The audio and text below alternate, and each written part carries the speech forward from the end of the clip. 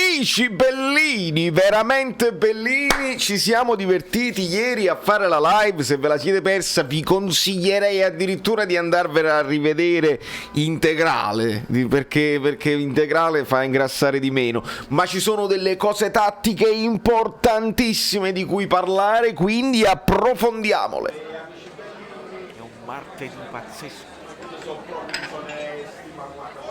Rumori incredibili, rumori. Allora, amici bellini, parliamo di cose benvenuto Antonio Lauto. Se non vi siete iscritti al canale vi spiego perché siete completamente pazzi, perché ho craccato un codice. I cracked the code. Praticamente lasciate un like di fiducia, perché secondo me vi piacerà questo video di approfondimento tattico con lavagnette e qualche immagine. Perché ho avuto la possibilità, qualche pazzo l'ha messa su YouTube completa, diretta, e quindi io ho avuto la possibilità di scaricarla e di riguardarla completamente, quindi vi posso con cognizione di causa parlare di quello che abbiamo visto tatticamente della partita. Ora, premessa doverosa, ci saranno i tifosi che diranno sotto non ci esaltiamo, non abbiamo fatto niente, erano i bambini del Bayern di Monaco. Poi ci saranno qualche tifoso che dirà siamo fortissimi, questa squadra senza gli infortuni poteva vincere lo scudetto l'anno scorso, e io vi devo stoppare a tutti e due. Siete padronissimi di pensarla come volete, ma come dice anche Amy Scouting, è importantissimo avere un attimo di equilibrio, perché riguardando la partita senza la foga della telecronaca e senza il pensiero del risultato, mi sono reso conto di una serie di cosucce che ci devono portare all'equilibrio, a un pochino di speranza se tutto va bene, il famoso mazzo che è importante, e a degli spunti tattici diversi e interessanti che vi faccio vedere subito. Quindi passiamo direttamente con un ambrabam al campo, perché dobbiamo parlare delle prestazioni singole dei giocatori e delle posizioni in campo. Primo tempo e secondo tempo molto diversi, e io ho craccato un codice perché avevo dei dubbi nel secondo tempo a livello di posizioni. Poi non ho a disposizione posizioni medie, non ho sentito il commento di nessuno, quindi questo vi arriva il giorno dopo, perché io non ho fretta, perché voglio farvele vedere bene le cose senza inventarmi niente, senza parlare ma è stato un 4-2-3-1, no, fermi tutti veramente. Quindi, ma prima di parlare delle cose singole, metterei a disposizione del canale e della community un paio di screenshot che metto così, proprio senza pietà, proprio sui potenti mezzi. Primo tempo, la costruzione dal basso del Napoli che vedete in questo momento. In questo momento è chiaro che non fa niente che non mi vedete a me, tanto vabbè, dovete vedere il pallone. In questo momento con Nikita in possesso di palla, un minimo di fazzolettino di forcima si fa allargando ovviamente i due centrali Manolas e Koulibaly che vedete molto bassi, larghi i terzini, si avvicina Lobotka per cercare il pallone e c'è Zielinski, vedete tutto a destra, qua Zielinski, che dà una seconda opzione a Nikita Contini nel momento in cui Bobotta viene marcato. Questa cosa è importante perché in questo caso la costruzione è effettivamente a 4-2-3-1 con Elmas che sarà vertice alto del triangolo del centrocampo e quindi starà più vicino a Osimhen, con Politano e Zedadka più alti in caso di lancio lungo. Se non si riescono a liberare i due centrali, lancio lungo con la pressione, la cosa che dicevamo anche l'anno scorso, devi aggredire la seconda palla, se devi lanciare lungo lo puoi fare se hai Osimhen in attacco, quindi questo lo vedremo anche dopo con Mario Rui. Quindi questa è la prima situazione che abbiamo visto, quindi con Lobotka basso ma si affianca subito Zielinski. Questa è una cosa fondamentale perché in questa partita tutto è andato bene grazie alla disponibilità e al sacrificio delle due mezze ali. Elmas e Zielinski hanno fatto un lavoro incredibile di scambio di posizioni, di andare ad occupare gli spazi che venivano lasciati perché facevamo un pressing molto alto nel primo tempo. Vediamo il secondo screenshot dove in questo caso devo sottolineare una cosa cattiva, perché qui quando vedete che Elmas vorrei indicarveli ma ci sono dei rumori, diventa complicata veramente.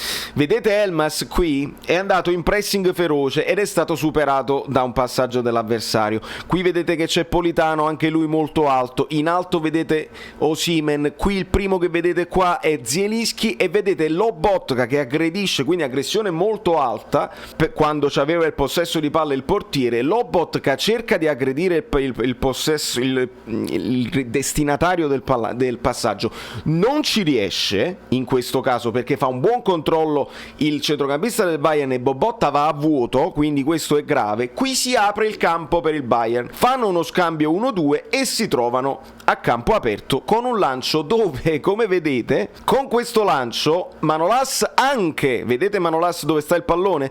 Anche Manolas ha cercato di anticipare la punta o comunque l'uomo che stava seguendo, ma il pallone va e quindi sarà costretto Malqui ad una diagonale molto importante che riesce in questo caso ad anticipare l'esterno che stava tagliando. In molte occasioni il Bayern ha utilizzato questo sistema di gioco, questa soluzione tattica ed è stato molto bravo Malqui a chiudere in velocità. Giocatori dinamici, giocatori veloci è l'unica soluzione per questo Napoli per non rischiare, perché si rischia molto con l'aggressione, ma se tu sei veloce nel recupero e riesci nell'1 contro 1 si può anche ovviare. Quindi questo è l'altro screenshot importantissimo. Adesso arriviamo alle posizioni medie. Come mi diverto, no, vi siete dimenticati il like, mi fermo. Andiamo avanti. In questo caso io qua devo sottolineare la partita di Mario Rui.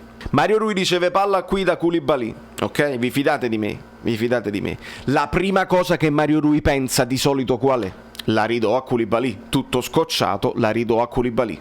E invece no, Mario Rui per tutta la partita non ha fatto un retropassaggio e infatti, vedete il secondo screenshot, Mario Rui alza la testa e lancia. Questo pallone poi verrà ribattuto dal centrocampista del Bayern che la prende anche nelle zone insomma basse, fallo laterale per il Napoli senza mettere in difficoltà Koulibaly, senza avere il patema d'animo del pressing avversario, si alza la testa e si lancia. Perché? Perché evidentemente c'è un buon movimento senza palla da parte di Osimhen che la può ricevere in profondità, la può ricevere di testa, la può ricevere, e se Mario Rui alza la testa e lancia bene, va bene, ma se Mario Rui è svogliato e la dà all'indietro senza nemmeno pensarci, male, molto male. E andiamo quindi a parlare delle prestazioni individuali perché, signori miei,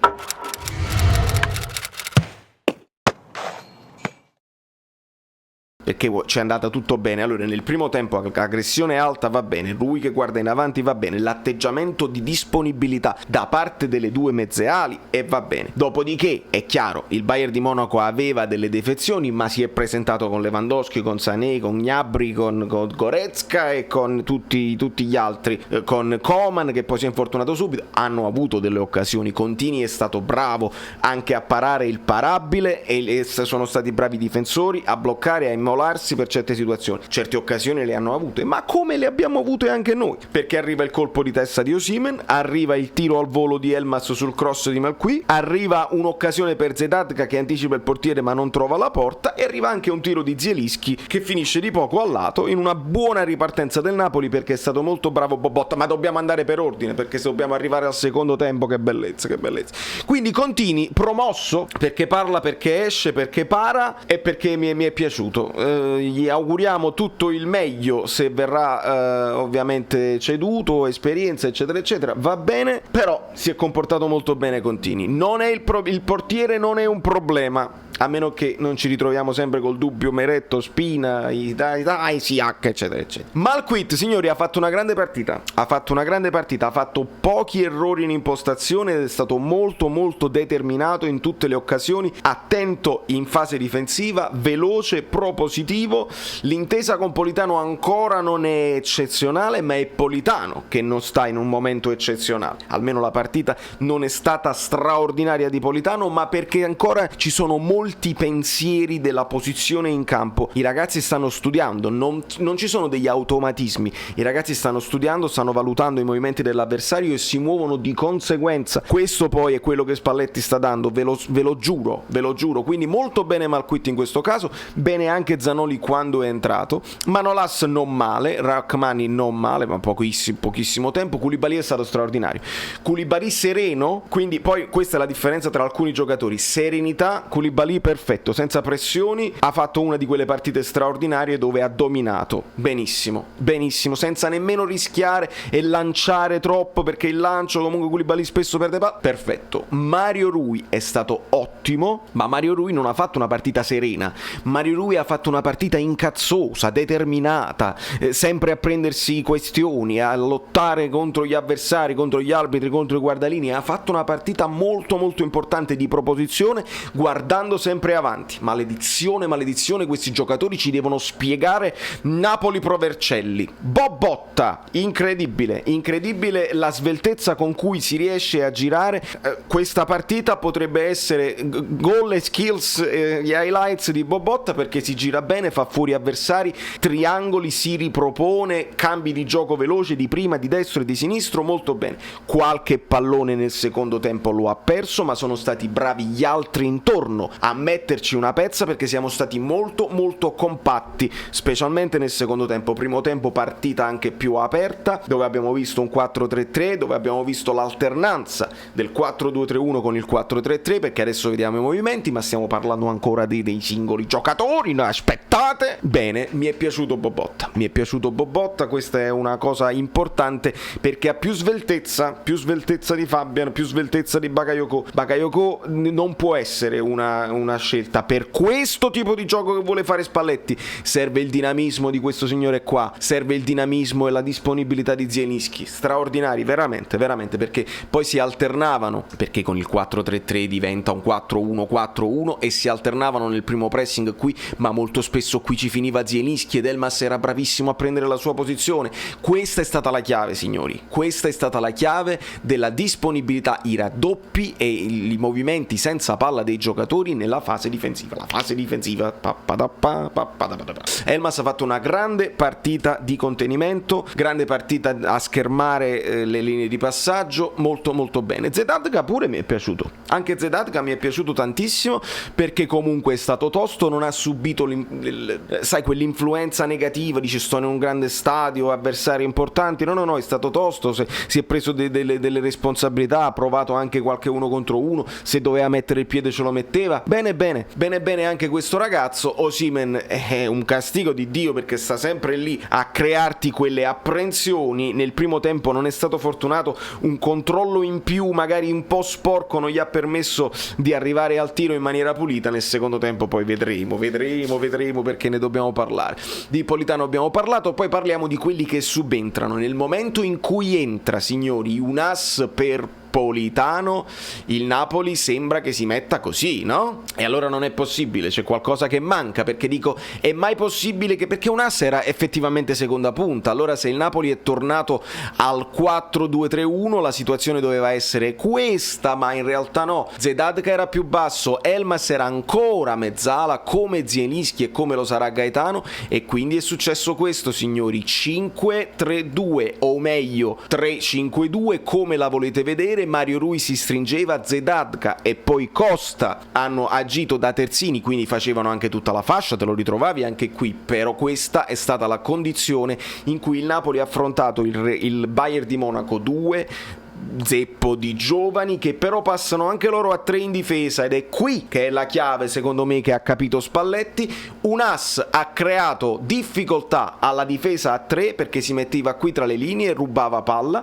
e quindi difesa a 3, due attaccanti che li prendono in mezzo, difesa a 4 del Bayern, un attaccante con le 2 mezze ali che li prendono in mezzo. Ma com'è bella la tattica! Siete arrivati fino a qua a vedere il video, e allora dovete scrivere sotto com'è bella la tattica, immediatamente il commento com'è bella la tattica. Di conseguenza parliamo dei gol che arrivano. Il primo è proprio un ass, poi tra l'altro prima del gol ci sono state le prove del gol da parte di Osimhen, un ass che ruba palla, Osimhen che la riceve da Elmas di prima e la tira leggermente al lato, dopodiché un ass recupera ancora palla, Osimhen fa un movimento da attaccante vero straordinario e segna un gran gol. Il secondo gol è un recupero palla di Gaetano che la cede ad un ass che ha una grande intuizione, ottimo passaggio, quindi doppio assist per un ass per Osimhen che segna in questa zona. Dopodiché il terzo gol, signori, dobbiamo dare un pochino di gioia anche a questo ragazzo che si chiama Maciac, Mashak, Makash, l'hanno chiamato in tutti i modi, noi non lo sappiamo come si chiama, lo chiamiamo Mashak. Riceve palla da Tutino che su un lancio lungo di Contini fa uno stop a seguire, niente male proprio. Tutino come caratteristiche potrebbe sostituire Osimhen, il Napoli ci deve pensare bene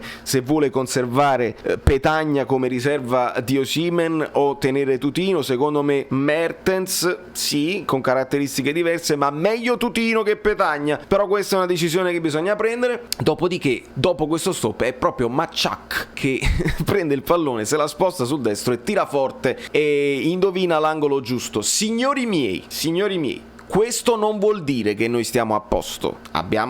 Ci siamo divertiti, ci siamo emozionati. Vedere il Napoli ci dà emozione a prescindere da tutto, al di là del risultato, ci piace la tattica, eccetera, eccetera. Non significa che stiamo a posto, assolutamente. Non si può contare su Costa, non si può contare su Zedadka, poi tornerà Insigne, ci sarà un modo di giocare diverso. Bisognerà inserire Fabian, che in questo momento qualcuno potrà dire lasciamolo andare, sacrifichiamolo perché è Mush e prendiamo. Serve dinamismo, se vogliamo fare questo tipo di partite serve un dinamismo assoluto, e questi tre, come li giri, se hanno questo sacrificio e sono mentalizzati per 95 minuti, molto bene, senza pressione, ricordiamo, però senza pressione, perché è un amichevole con un avversario che sta un pochino sulle gambe, non sono al 100%, va benissimo, però noi dobbiamo pensare a quelli che sono i limiti e i punti di forza di questa squadra. Malqui o Zanoli va bene per dare un po' di respiro a Di Lorenzo, va benissimo. Manolas, Rachmani, va bene. Koulibaly se resta, la difesa è sua, non c'è niente da fare. Mario Rui se gioca così, io me lo tengo come riserva. Pare che Gulam farà il recupero, insomma il Castel di Sangro, se lo fa tutto il ritiro e vabbè. E il terzino stiamo ancora così. Però c'è sempre il rischio, signori, perché come fanno male a Demme e ci troviamo in difficoltà, hanno fatto male un ass, niente di grave, ma comunque tra infortuni, Covid, speriamo che il Covid non sarà un dramma quest'anno, vacciniamoci, vaccinatevi tutti.